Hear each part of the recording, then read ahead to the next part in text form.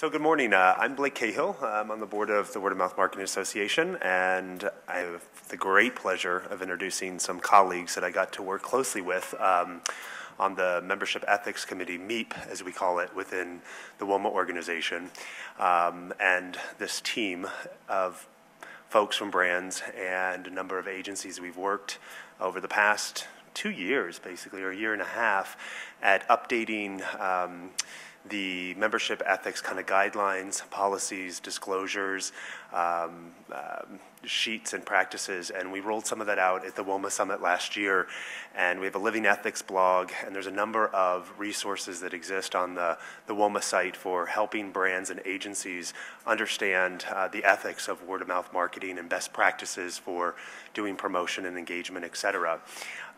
So I think today, some colleagues of mine, Joe, Heather, and Patrick, are going to talk to you a little bit about some of the things that the team is working on and kind of guide you through some experiences. So with that, I'm going to introduce the three of them and then give it to them to talk about today's session. So Joe Chernoff from Eloqua, and Patrick Thoburn from Matchstick, he's the co-founder there, and Heather Oldani from McDonald's. So a mix of brands, agencies, and technology platforms sharing their experiences. So take it away, gang. Thanks, Blake. Blake, could we get the clicker, please, for the slides? Thank you. Sorry. Oh, you're not going to be in charge of that? I thought you were going to outsource that to me. Okay. Just to begin, I'd like to start by setting a context for the kind of work that the MEAP and WOMA is doing in the ethics space over the past couple of years, as Blake mentioned. How many people have been in this industry or business since WOMA began in 2005?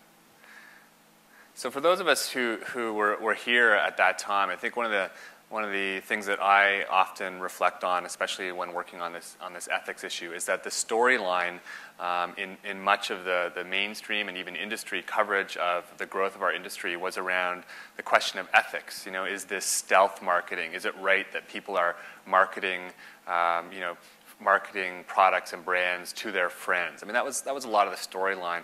And along came WOMA in 2005, and I think we should really pause and reflect on how WOMA has really strengthened our industry through leadership on the ethics question, and really changed the storyline by talking about, this is about honest conversations among consumers about products and brands that they love. And WOMA launched the Ethics Code in 2005, and most recently the MEAP, which we're all members of, helped create the Blogger Disclosure Guide. And we'll be talking about both of those documents today.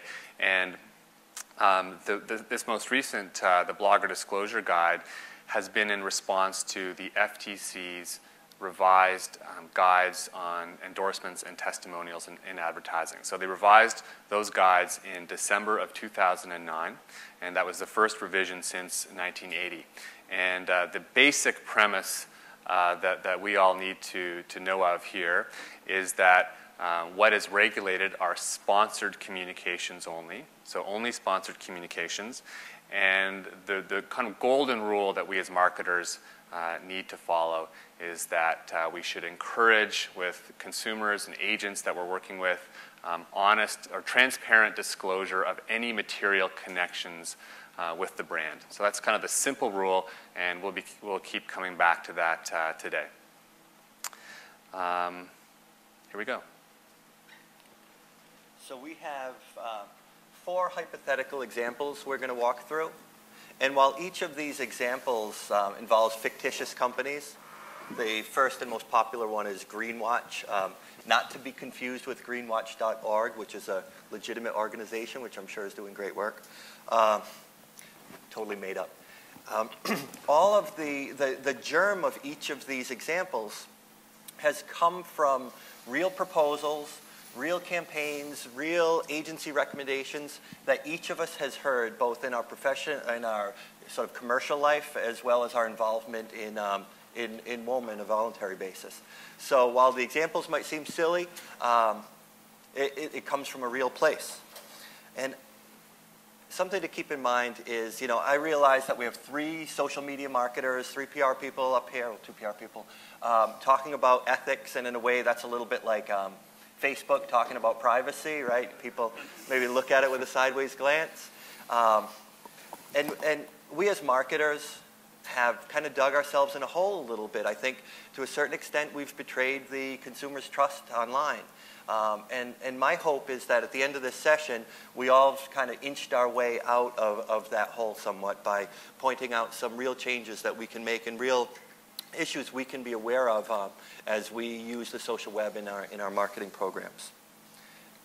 Okay. Top button. And the last kind of introductory point I'd like to make is that each of these programs that you're going to hear about has a flaw, but it doesn't necessarily mean it's a bad program. It's just something that can be improved. So there's no harsh judgment here. WOMA is an educational body, and it's our goal to kind of raise the collective intelligence of the industry so that we are helping one another out by doing the right thing. So this isn't, this is sort of judgment-free zone here.